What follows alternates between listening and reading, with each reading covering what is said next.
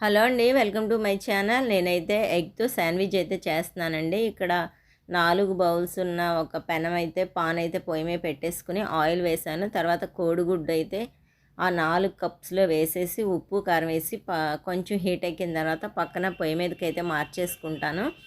అలాగే ఇది ఉడికేలోపు నేను ఉల్లిపాయ ముక్కలు టమాటా ముక్కలు కోసేసుకుని దాంట్లోకి రెడ్ చిల్లీ వేసాను, సాల్ట్ వేసి ఫ్రెష్ క్రీమ్ వేసి ధాన్య మిశ్రమాన్ని మొత్తం కలిపి పక్కనైతే పెట్టుకున్నానండి. ఇప్పుడు ఈ స్టవ్ వెలిగించేసి ఇది అవతల వైపు మార్చేసుకుని ఈ స్టవ్ మీద పాన్ పెట్టుకొని బటర్ అయితే వేస్తానండి. బటర్ వేసి కొంచెం హీట్ ఎక్కిన తర్వాత బ్రెడ్ అయితే మొత్తం 2 పీసులు తీసుకుని ఫస్ట్ ఒకవైపు కాల్చుకోవాలి.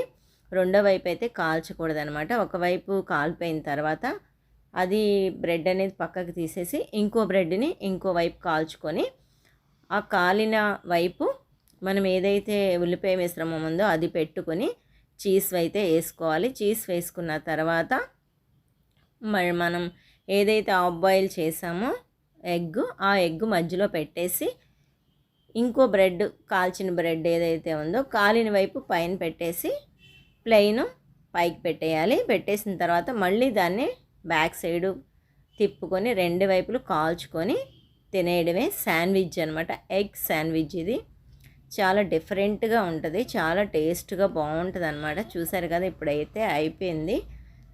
ఏదైతే ఒక కాలిన వైపు ముక్కలు వేసుకుంటామో మళ్ళీ కాలిన వైపు పైన ఆమ్లెట్ మీద పెట్టుకుంటాం కదా, ఇప్పుడు 2 వైపులు కాల్ చేసుకుని తీసుకోవడమే. చిన్నపిల్లలు బయట తీసుకునే శాండ్విచ్ కన్నా ఇది చాలా బాగుంటుంది. ఈ వీడియో మీకు ఎలా అనిపించిందో కామెంట్ చేయండి. నచ్చితే కనుక మర్చిపోకుండా సబ్స్క్రైబ్ చేయండి.